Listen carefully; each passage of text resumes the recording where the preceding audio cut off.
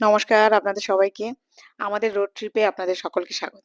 Last কিছুদিন ধরে দেখছেন আমরা পুরী বেরিয়েছি। পুরীর জন্যে বেরিয়েছিলাম ২০২৬ এর ১ম ট্রিপ। তো সেখানে শেষ করে সেই ট্রিপ আমরা এখন বাড়ির পথে রওনা দিয়েছি।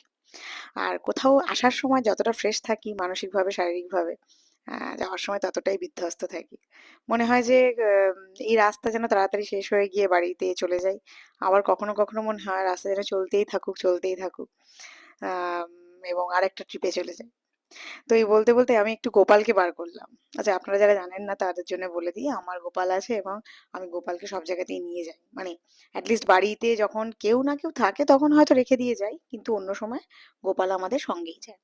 এবং আজকে যেহেতু সারাদিনের জার্নি তো বললাম যে, "আয় তুই একটুখানি বাইরে এসে বস কোলে।" কারণ কতক্ষণই বা বেচারা থাকবে। তো গোপালকে কোলে বসাতে, বসাতেই বাইরে একটা খুব সুন্দর দৃশ্য দেখতে পেলাম। আপনারাও দেখুন, পলাশ ফুল। তো এই পলাশ ফুল দেখতে সত্যিই লোকজন আলাদা করে ট্রিপ করে পুরুলিয়া যায়। আমরাও পুরুলিয়া গিয়েছিলাম, তবে পলাশ ফুলের সময় নয়। এত সুন্দর পলাশ ফুলগুলো হয়েছিল, পুরো রাস্তাতেই ছিল। কিন্তু এখানে দাঁড়ালাম, অনেকগুলো গাছ একসঙ্গে ছিল এবং ভর্তি হয়েছিল।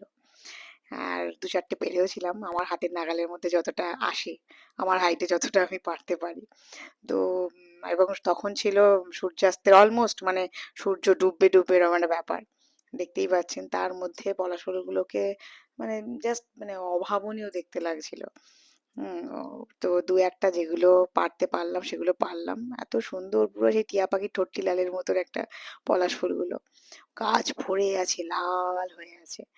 হ্যাঁ, এবং সেই ফুলগুলোকে দু একটা তুলে নিয়ে গাড়িতে উঠলাম এবং গাড়িতে ওঠা মাত্রই গোপালকে দিলাম, বললাম যে দেখ, আহ, তোকে কোলে নেওয়ার সঙ্গে সঙ্গে কি সুন্দর একটা ফুল দেখলাম, তোর কাছে দুটো থাক। ওর সামনে দুটো দিলাম। দেওয়ার পর আবার আমরা রওনা দিয়েছি আমাদের বাড়ির উদ্দেশ্যে। এবং যেই মাত্র বেঙ্গলে ঢুকলাম, সন্ধে হলো, এই রাস্তাটার অবস্থা হলো এরকম। মানে আমাদের খুব তাড়াতাড়ি পৌঁছে যাওয়ার কথা ছিল, কিন্তু এই ডোমজুরের এই রাস্তা, মানে তখন আমরা ডানলপ পৌঁছাইনি। রাস্তাটা জাস্ট এতটাই জ্যাম ছিল যে আমাদের ২-২.৫ ঘন্টা ওখানেই চুপচাপ বসে থাকতে হয়েছে। দেখুন রাস্তাটা পুরো লাল। তো সেই করতে করতে আমাদের বাড়ি পৌঁছাতে অনেক রাত হলো, 12:30, 12টা 12:30 বাজলো।